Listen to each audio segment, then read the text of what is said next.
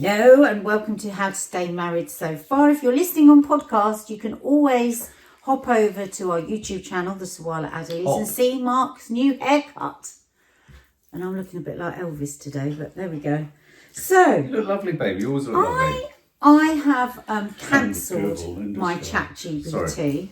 I have cancelled it, right? Because they donated £25 million to Trump. So if you'd like to cancel yours too, that'd be rather. There will be a relevance to love and marriage in a minute. That's why I transferred over to Claude. Oh God! And I asked Claude. I didn't name him Claude. He's called Claude. Right. And he's, better than Linda. He's Mark Ruffalo recommended Claude, so I've gone with Claude. Okay. And I thought I would ask Claude instead of Linda over on ChatGPT.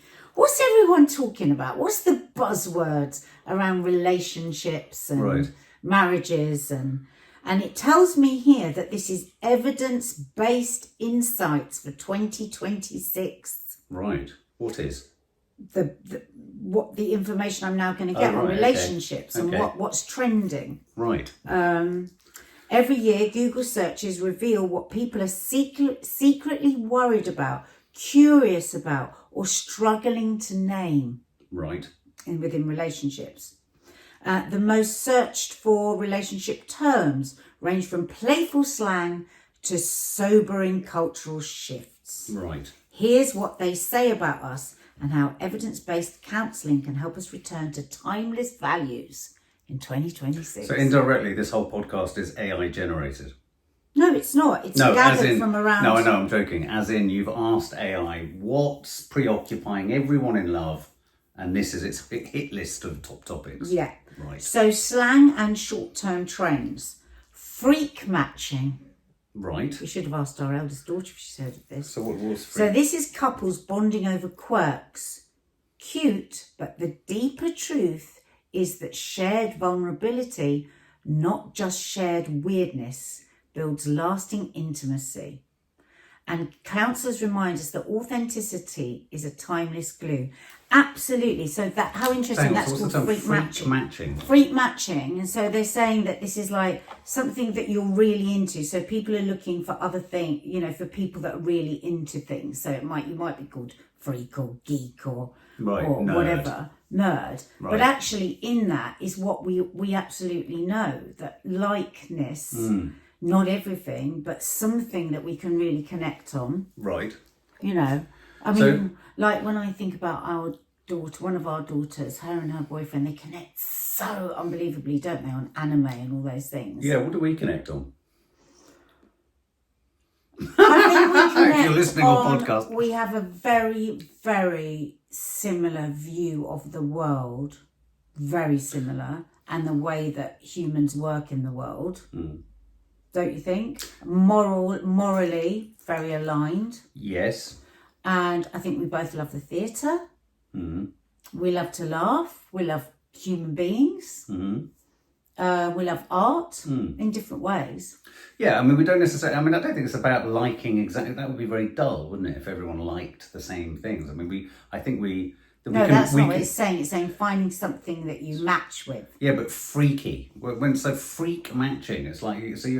There's couples bonding over quirks. Right. But it's just another way of searching for somebody that you've got a connection with. And so we might not have a quirk. I mean, we didn't find each other in that way, did we? But it's become I mean, I do always look at those couples. You get couples who kind of do cosplaying together. You get a lot of people meet through their nerdy, geeky kind of interests. That's what it's saying. But what the underlying, because this is all about... I think that can only sustain you that can only take you so far. I mean, in a weird way, I know that's not what this is about, but I think more people, a more meaningful connection will be potentially trauma or your upbringing or something. I don't know, like that informs the people you like and the way you see the world. So the thing, that's what the counsellor, because the counsellors are all like this gathered information, and what that means is it's just about people wanting to find something that they really connect with, and that's really hard in the dating world and the slide left, slide right. So would you fancy playing some role-playing game? I mean, I don't mean sexual. No, I mean, don't go off on one too much. We've got a lot to go through Dragons. Here. We've got a lot to go through. I'd love to play Dungeons and Dragons with you. You're going to have to go on a You'd be a dating great app to wizard. find somebody. No,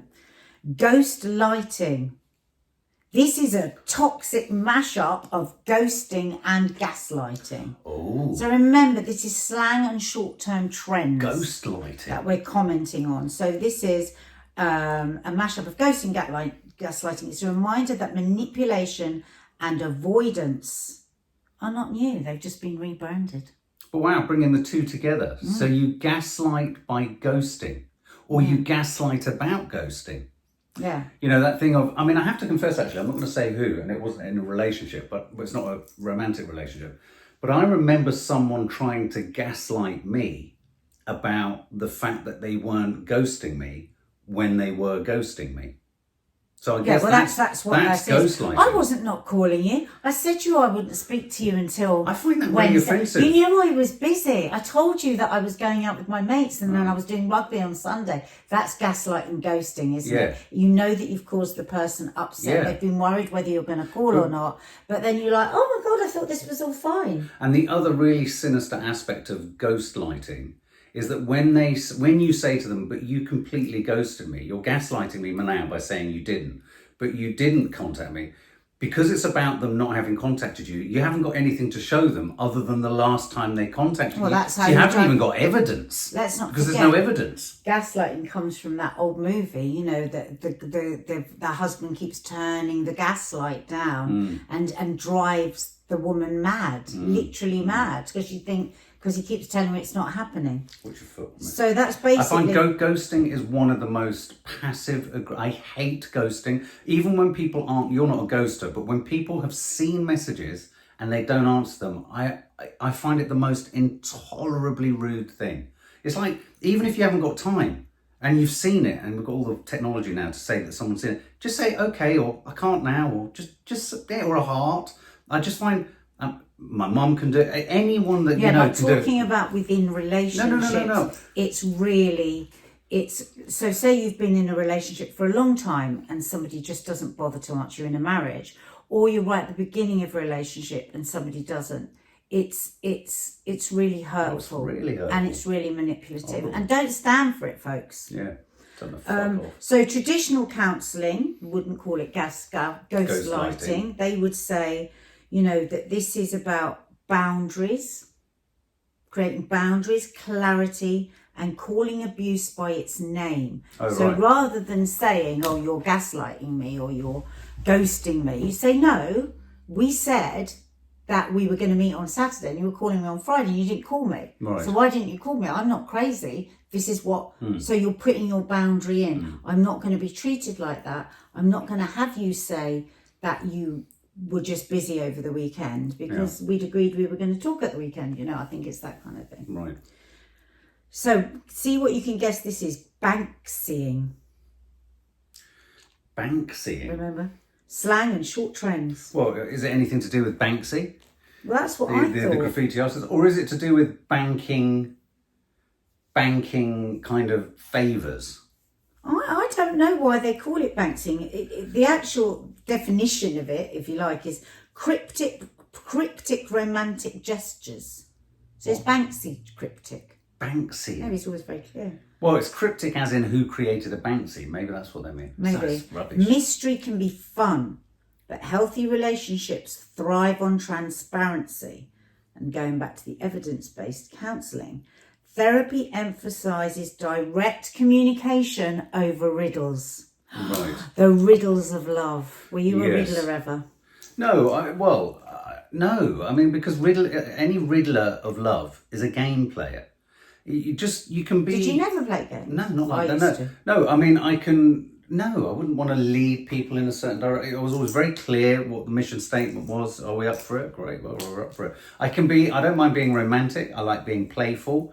I like being suggestive. But I don't like the idea of riddles is all about control. It's all about game playing. It's about teasing. And I think it's narcissistic and sociopathic. Do you not think, definitely when I was first going into relationships or situations or whatever, I definitely played games all the time because I didn't really know what the game was. Right. You know, so I was like fencing and I was like, yeah, I don't know, I might like you. I don't know if I like you. You know, all of this to just keep, because I think I was fearful of what does it mean that I'm feeling this? What I'm losing control here, this person. So I played games to try and just keep people on their toes. Of course it did. But the thing is, when you're playing games and you're not a game player, you're also keeping yourself in an anxious state. Yeah, I mean, I saw growing up too much game playing by my mum, and it wasn't very sophisticated game playing. It was just horrible. And I just remember seeing lots of people on the receiving end of it. So for me, any Like game, what sort of thing? well, I don't want to breach that kind of privacy. But I mean, in terms of just manipulation, in terms of setting utterly ridiculous high standards of supposed perfection that people would fall down from, whereas she wasn't being held to the same account. And I was just like, I just remember seeing it. And so for me, that's quite extreme. Yeah, but for me, if I think through every single relationship, it's not that I didn't make mistakes, it's not that I wasn't unfaithful, but everything was kind of out there. Even down to when I'd meet someone, they'd see where my likely kind of imperfections would fall, might be, especially around drinking. No, I would agree. I don't think you're a game player at all. I think you had chaos, but you didn't play games. What about when you were really young, though? No, not at all. When you first liking girls? No, well, when I first liked girls, that's why I had a 4.5-year relationship. I was not. I think for me, the game playing thing is all about creating insecurity. You would have been for others, and I was too insecure, and I just had a simple logic, which changed in my 20s, where I thought, oh, I wouldn't like that done to me, so why would I want to do that to anyone? I'd hate that lack of certainty. I've always wanted some stability. And so, you know, when the irony was that when my addiction kicked in and it all went mad, you know, that's where uncertainty completely went away, because at that point, the ego of popularity and being quite good looking and all this kind of stuff kind of kicked in. And I was like, oh, crikey, oh my God. I didn't have that experience when I was younger. But even in that, I think the reason I drank so much and drugged a lot at certain points was to anaesthetize the sense that I wasn't being true to myself. I was kind of engaging in playing the field, and I've actually fundamentally, I'm really quite geeky, quite safe, and just a bit not boring. But I would have characterized myself as boring when I was younger. You didn't play games, but you were, you were deceitful sometimes. Yeah, I played the field. Yeah, but I wasn't interested. But to go back to the Banksy thing on that, just the communicate. If you're in a situation with somebody like that where you feel they are game playing, they are doing that. Evidence-based, again, counselling, where they would take you to, is direct communication. If somebody is playing games with you, basically, be careful not to enter the arena. Yeah. You stay true to your own communication. Of course, some people enjoy the chase of playing games. And my first relationship, I really played games. And I know it was because I was unstable with everything, all the feelings that were coming up and everything. But I never did it again. I never did it any other relationship. So I do think it's something that can be something when you're younger, but you do have to grow out of it, because otherwise nobody's ever happy. Just on that, just as a final little ad note on that, teasing is interesting in that, because riddles, Banksy. I struggle with people being like, there's been moments in our moments of intimacy where you'll be sort of teasing in sort of playing hard to get or whatever. I struggle with that sometimes, because I struggle with the idea of teasing, because it feels insincere. Again, it's a lack of stability and a lack of safety. Yeah, it's a lack of safety. I mean, that you're not up to my flirting. Well, it's not flirting. It's different, but I mean, no, it's not. It is flirting. With the sudden pulling away of affection because you're kind of wanting to kind of elicit a response. I always find that. I hate that. I've always said to Mark, it's just like the most disastrous thing for me has ever been to flirt with him. But he goes, and you see it literally go across his face. Oh my God! Oh my God! She's maybe flirted with other people in her life. It's really funny. Right. Swagger gap. When one partner seems cooler than the other. What a horrible thing to say about TV. I suppose the old thing would have been punching. You're punching. Yeah. The swagger gap. But I think, isn't the swag gap about a certain kind of street swag? So, this is just self-esteem dressed up in slang. Counsellors say, get back. It's comparison in self-worth. Turn it into self-worth and mutual respect. I mean, you do sometimes look at couples and you think, oh God. I mean, I saw a couple the other day. I won't say where, but I remember seeing a couple the other day and I thought, oh, wouldn't have had you kind of hanging out with her or her hanging out with him. And it wasn't a judgment based on what, well, it was actually, it was entirely a judgment based on what they were wearing. I mean, yes. Why? Because one seemed cooler than the other. Yeah, one seemed infinitely cooler than the other. Yeah. But maybe the other one was warmer. Yeah, exactly. Inside. Certainly rounder.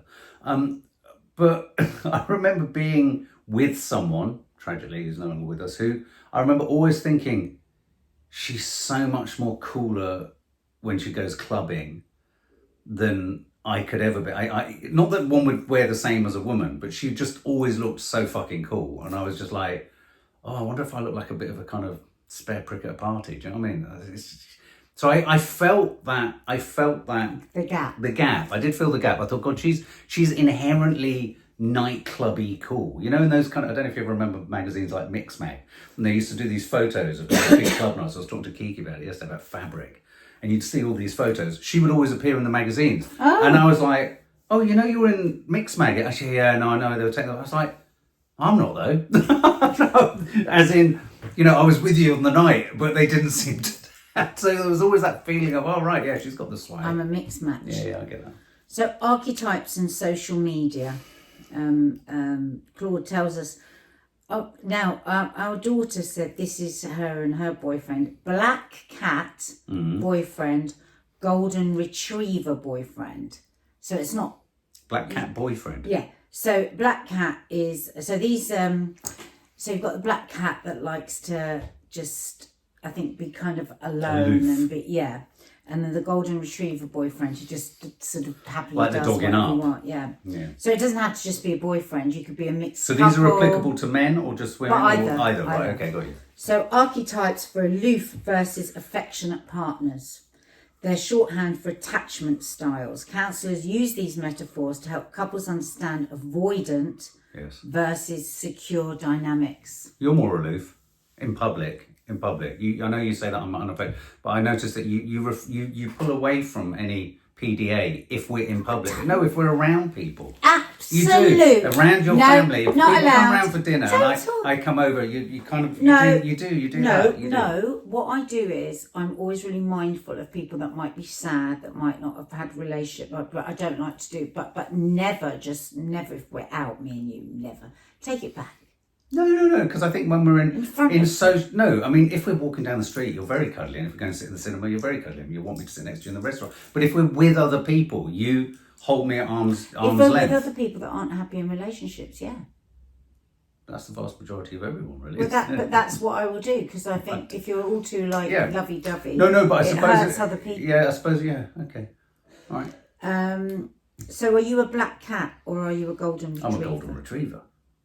I'm a golden retriever. I mean, I know you always say, when you are totally a golden. You're not going to sit there and convince me. No. But I mean, a golden retriever comes in and lollips and throws itself on you. But you're not affectionate. No, but you see, nice things. We've had this conversation many times. I know you say I'm not affectionate.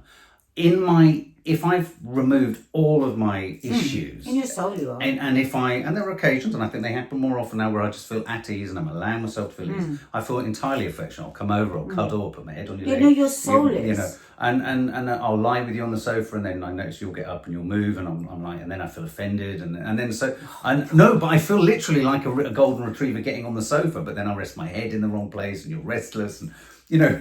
So I do feel like a golden... I'm not aloof. I'm not interested in sitting in a room like this. Though I can think of people who can... I mean, one particular partner was just like that.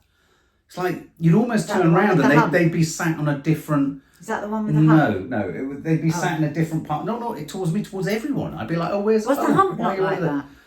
Darling, you can't use this language. Well, she did have a hump. Well? A hump of evil. Cultural shifts. Right. What's this? Sex recession. People are having less sex. Right. Driven by stress, distraction and disconnection. Traditional counselling wisdom. Intimacy is not just physical, it's emotional, spiritual and relational. And this is the thing. Apparently one of the most, I saw this somewhere else, this is interesting, still the most searched phrase. This is mind-blowing. Is it? Yeah. Okay. Blow my mind. Proof that despite trends, the human heart craves closeness. The most searched phrase is emotional intimacy. Wow. Don't you find that fascinating? By who? By it's everyone? The most searched phrase. I just said, what are the most trending, most... Emotional intimacy, as in what is it, or how to have it? Well, I think that people know that so you're either in a sex recession where you're having less sex because of the stress and because of the world, or you're somebody that feels like everyone's obsessed with sex in this swipe right or swipe left world. So they know about that, but people are looking for emotional intimacy, not sexual intimacy. How do we get closer? How do I find somebody that is... It's what I always talk about, intimacy. People think that intimacy is just sex. It really isn't. Well, and also maybe in a culture and in a world where everyone's sexual issues are pressured by free availability, the availability of porn and all that kind of stuff. Perhaps that's just, it does turn back to that slightly, where's romance? Where is the romance? I mean, I'm sometimes surprised when I think, I've spoken to a few young people recently, and I've said, is it on one night stands, and they're not as much of a thing as they used to be in, say, my generation, the one night stand thing. I mean, there are a lot more gradations. Was it your generation or was it you? But there are a lot more gradations of getting to the point where you're in a relationship. But it's interesting that I think there's more of a desire for, if you like, wholesomeness in love, I'd say now than there ever was. I know that. Yeah. People are searching. I don't think it means that everyone's successfully getting it. The pressures on men to be this, that, and the other are as extreme as they are for women. I mean, the problem with why was sex recession in there? Because I think everyone feels they're having a sex recession, don't they? Really. But on emotional intimacy, to get back to that one, still the most searchable phrase. Counselling, reduced down. If you're wanting more emotional intimacy, folks, right, you have to open yourself up to vulnerability, right, empathy, and trust. Values that never go out of style. So, it goes back to that thing of, unless you're prepared to risk being hurt, you're not going to be in the running to have a big love or a big feeling. You've got to be emotionally open, but then to protect yourself, you've got to have all those other things that we've spoken about before, which is clarity on what works for you and what not, what your boundaries are, what you accept, what you don't accept. You can still have all of those and still open your heart so that you have some sort of guardrails around you. What were we and empathy, to really listen, like ages ago. Do you remember we brought into the podcast that American chap who was giving advice to sort of the manosphere man saying they can't get anyone? He said, stop going out looking for a date, looking for sex. Go out and be empathetic, think of like, oh, this could be somebody I could be a friend with a girl. Open up, listen, hear what they're saying. If somebody's not interested in what you're saying at all, forget it. If they're not on the first few dates having empathy enough to understand that, it's a bit nerve-wracking being on a date, and that they're not helping to make you feel comfortable, they're never going to help to make you feel comfortable. Yeah, I think because we're all it's such a risk-averse culture, isn't it, that we live in? Everyone, it's risk-averse. Because it's so risky. Well, it's risk-averse in the arts, it's risk-averse in business, risk-averse, so, don't say anything about Palestine. Everyone's fucking risky. But what were we listening to the other day when someone said, unless you're, love, the very defining feature of love is loss. It's masochistic. Yeah. We heard that somewhere. And it's true, because this was Emerald Fennell talking about whatever bond, any romantic bond, baked into the concept of love is pain, loss, whether it be you live your life together and one of you goes eventually. That is part of it. And I think that's why so much romance and gothic romance in this age of Wuthering Heights and the dark swirliness of kind of passion and all that kind of stuff. I think the best love is a combination of all those things, a sort of scorpion kind of love. But I think what we try and do sometimes is construct our lives and construct our loves as risk averse as possible. And also, I was talking to another young person the other day about this, saying, we've got to stop thinking we've got to make everything perfect, as in it should all happen naturally. If it all happens, nothing happens naturally. Well, it was me saying, love isn't sensible. Yeah, it absolutely. Often isn't sensible. So there has to be some risk. There has to be maybe some wrong decisions, and it's jagged. Yeah, it's jagged. like a cut. Digital detox date, unplugging to reconnect. Turning off. Witty reminder that sometimes the most radical act is turning off your phone. Counselling encourages rituals of presence, screen-free evenings, shared meals, undistracted listening. On that, I think an interesting thing has crept into us two today, because these chats are really useful, and it's just something I noticed in myself as much as I noticed in us. We've had a bit of a reset moment recently where we kind of connected with each other. We talked with the girls. We're kind of reflecting on behaviour and attitudes and awareness and openness and being present. I realised today I only got 4 hours sleep, and you pulled me up and you said, "Are you being snappy again?" I was like, "No, she's right, I am." But I also noticed, I would say that we are literally, and it relates to tech a bit, we're just sliding away again from where I thought we'd got to, and I think both of us are. We're both just slightly getting that edge to both of us with each other, and I think it's a good opportunity just to flag that now, because part of it is to do with tech, part of it is to do with distraction. We're talking to each other now literally with our heads down, and I think that's something that, again, can just... It's very difficult for us, because the first yeah. 4 hours of our day is on the phone because we are prepared. So if we were working in an office together, we would be in front of a computer. No, I agree. So sometimes it makes it even more complicated, that, because it just bleeds into life. That's why I'm really up for saying 9 o'clock, phones off or whatever, or in a box, so they're away from you, because it's really difficult sometimes to get in between the enmeshment of it all, isn't it? Yeah. It really is. And I think it's interesting, and I think I'm pleased that it's come up in this context, because I do think we all, through no maliciousness, we all just get back to shorthand. We start to get back to, what is it you're saying again? Not really listening. Then we both have a tone of voice, and then it kind of, and it's not all to do with phones. Some of it's to do with phones, some of it's to do with schedule and timing and all the rest of it. But also phones should, we are more and more these days not sitting together and eating, because we're all so exhausted from the draining of our dopamine into these phones. So sitting and eating together more often is a very good thing. With the phone might not be being used, but it's on the table. Everyone has it next to them. Yes, we don't pick up our phones when we eat together, but it's there. No, it's not right. It should be in a box away from us. Yeah, so we're going to refresh that commitment, aren't we? Yeah. Sorry. I feel like I'm being bitten. Is that the last one? Yeah. Thank you, guys. So please, go on. No, it's just suddenly stopped. I thought you'd rounded it up really nicely. And this is really good that we're doing this. You'd actually finished it up. Oh, I didn't realise I was finishing up. And you had to go, so I thought, he's finished it up because he has to go. Oh, right, okay. Finished up. So you responded like I'd suddenly dropped you out of a plane.